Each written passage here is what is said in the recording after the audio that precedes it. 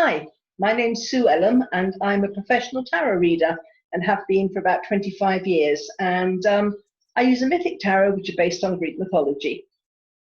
And I'm Carrie Beleno, intuitive Reiki master teacher, spiritual life coach, also 20 plus years, and I am the keeper of the questions. So today's question is two of them. Uh-oh, I'm going to do this one. Okay. What is bullying actually showing us, and how do we not carry the scars? It's not complicated at all. No, I'm just glad it's the cards and not me that's right. Seriously? And then I gotta follow you here. So yeah. Okay, give me something good, Sue. Hold on to your hats, folks. Give me something to work with. Okay. So how does bullying affect us, and what does bullying actually show us, and how do we not carry the scars? Okay.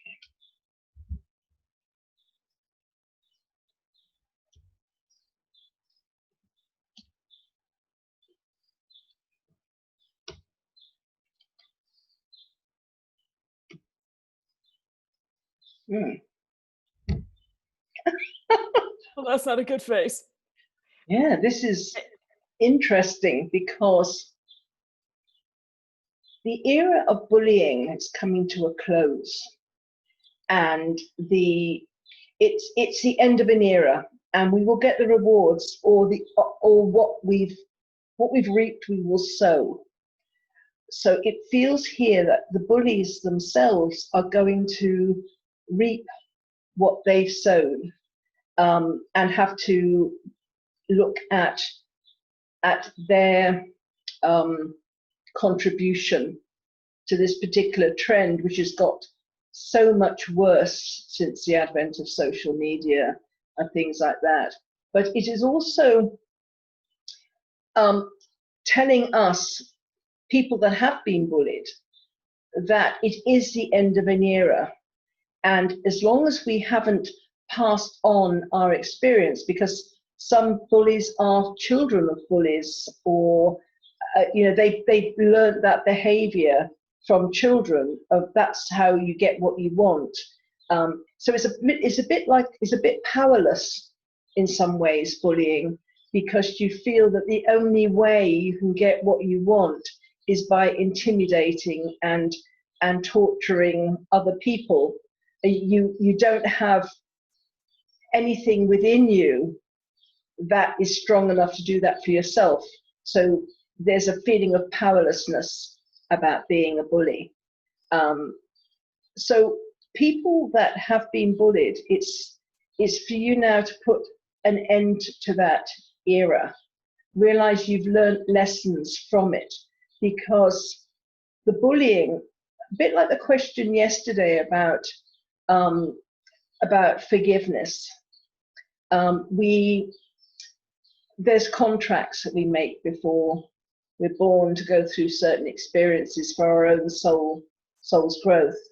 So it's listening and looking at what benefit that had to us, rather than the destruction it caused at the time. Because, if you were bullied as a child and now you're an adult, you don't have to still play that game. Look at the benefits. Has it made you stronger? Has it made you more compassionate? Have you gone into maybe the healing arts, so that other people won't have to experience what you experience? What benefit has bullying had for you? But it is the end of an era. It is time, for people to stand up and say no more, because when people are bullies, they are going through trauma. Happy people don't do horrible things to other people. There's something missing in their lives. So if you can turn that, and that is a way. We're coming into a new way of life, and bullying is not going to be tolerated or supported. And the people, you know, that are in positions of authority that are bullies, they will disappear as well, because it's not an energy for the future of this earth. They will not be effective, because if more of us stand up and protect the vulnerable, bullies don't have a chance, really. We are going to gain so much more than we ever had before.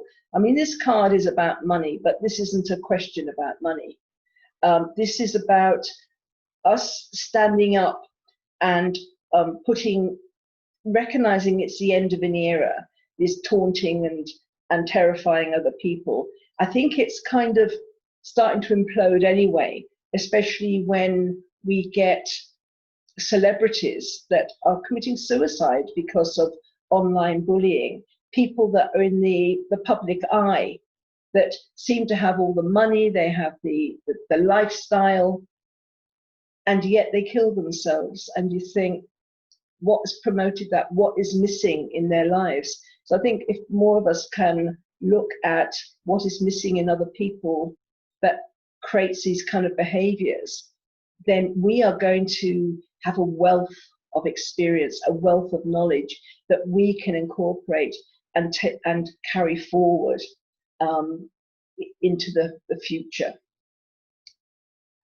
What's really important is we don't worry about it, you know, because what we focus on is what we draw into our lives. It's like when if people are walking down the street, especially in a city, you walk down the street, if you're frightened of everything, that it's like having a balloon over your head saying, I'm a victim, attack me. And so worry kind of puts us in a prison of our own making. So we don't see the danger signs because we're so tied up with what's happening in our own heads that we attract all these experiences to us. I remember reading a story, it was a true story, about this woman who was petrified of being attacked in her own home. So she was so, you know, she was really, really frightened, and that happened to her. You know, she put all this energy into it and she drew it to her. So the worrying is kind of, somebody put it once, is that worrying is like a lack of faith. We don't have faith in the universe, we don't have faith in God, we don't have faith in spirit, whatever word you use for that higher power. Your lack of faith means that you feel you're on your own and you have to battle on your own. And, you know, I remember many years ago, I was working in a particular job and I was a supervisor, and I had a couple of people that worked kind of under me in that department. And one of them was quite a nasty piece of work at that time, and used to make up all these things, and it was really unpleasant. And it was I found it was quite difficult because it made me feel really kind of malicious towards her in some respects, because she caused so much grief. And then somebody said to me, I mean, I'm going back into my 20s, so I was really new on this spiritual journey. So there's so much, you know, I learned something one day and promptly forgot it the next, you know, that kind of, until it kind of becomes a pattern. And somebody said, you know, she won't be gone until you wish her well. I thought, oh, crikey, how do I do this? And I tell you something, I worked and worked for months. You know, it was so hard because every day she was doing something that wasn't nice, wasn't pleasant. You know, and then one day I got to that point. I thought, I really wish her well. I don't, whatever, I wish her well with her life, but I just don't want her in my life anymore. And I tell you something, the next day she got a promotion out of my department and went somewhere else. And I never saw her again.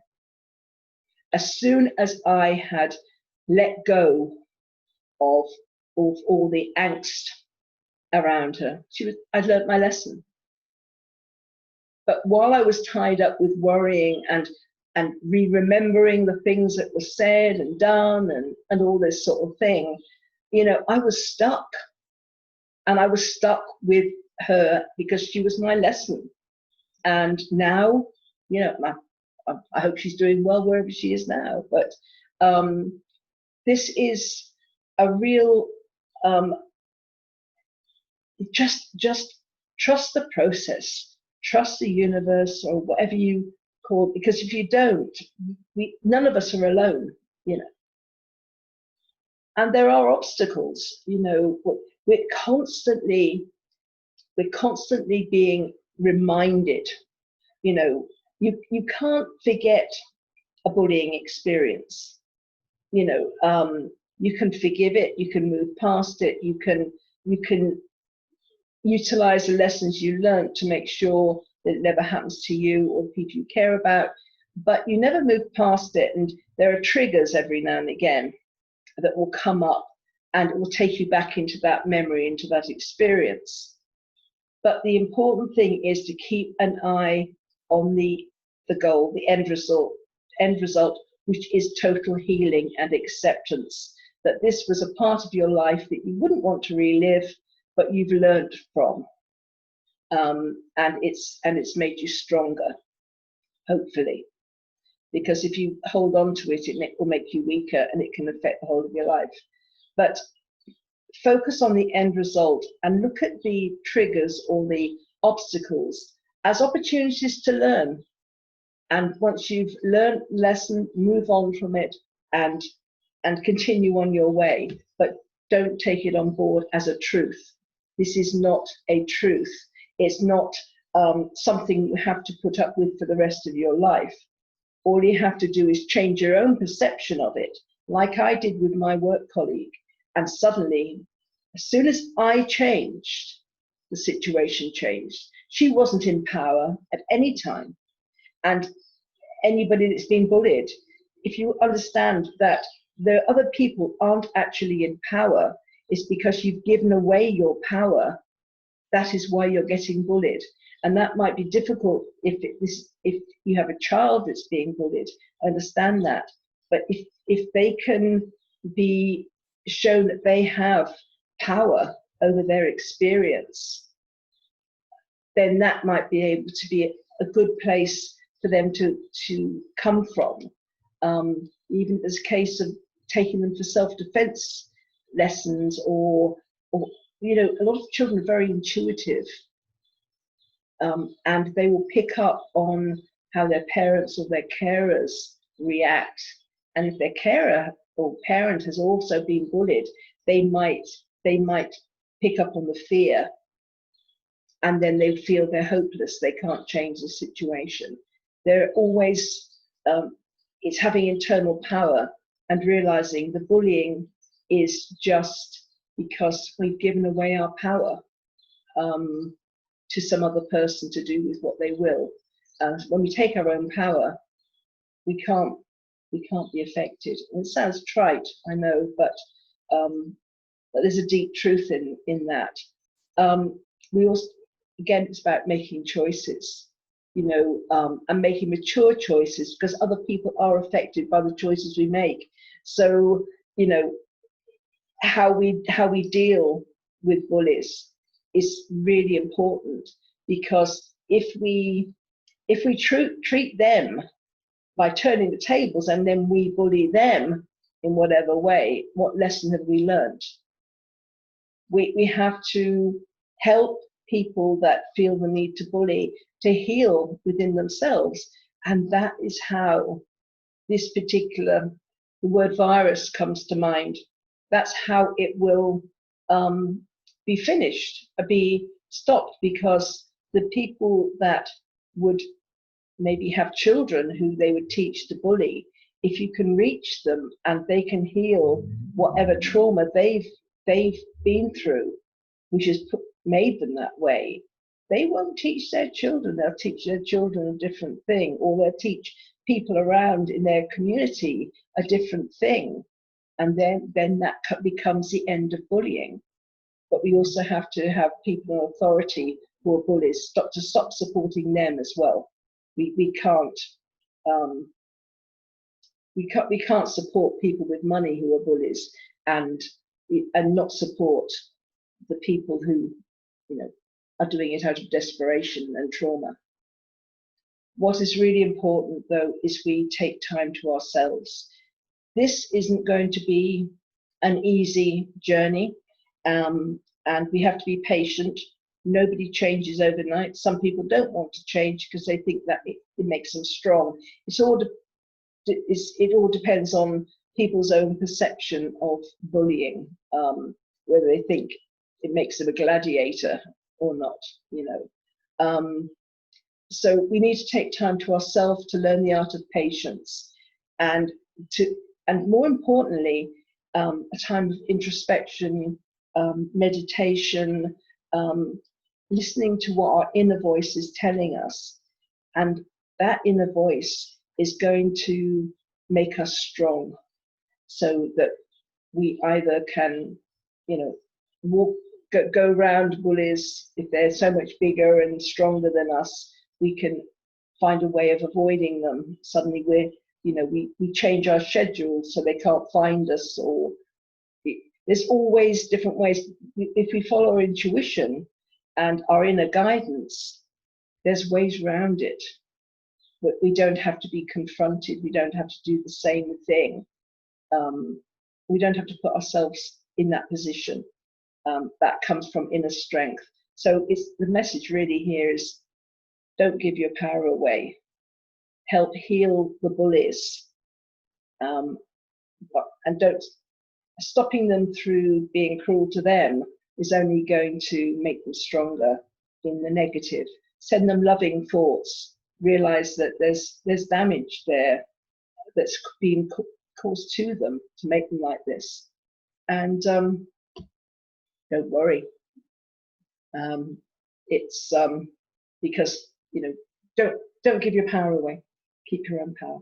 You know, those are the cards. Thank you. Very, very meaningful. I'm going to recommend that if you didn't listen to yesterday's message, to please head over and listen to yesterday's message, especially the dialogue that we had during my portion and at the end about the soul plans. But a couple things I'd like to emphasize.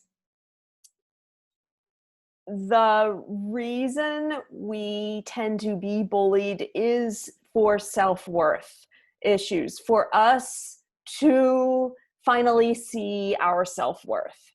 So please give yourself credit, build the self-worth, because it's the antidote for being bullied or feeling like you're bullied. They still might be out there, but the impact is going to be lessened when you are confident and complete in your self-worth. And remember, the people who bully are fear and trauma driven. They are not power driven. They are driven from fear and trauma. So one question that I like to throw out when I see someone bullying is, what are you afraid of? Because it's a question that can stop them in their tracks. It can also make them angry, in which case you don't really want to engage. But what are you afraid of? Because it's always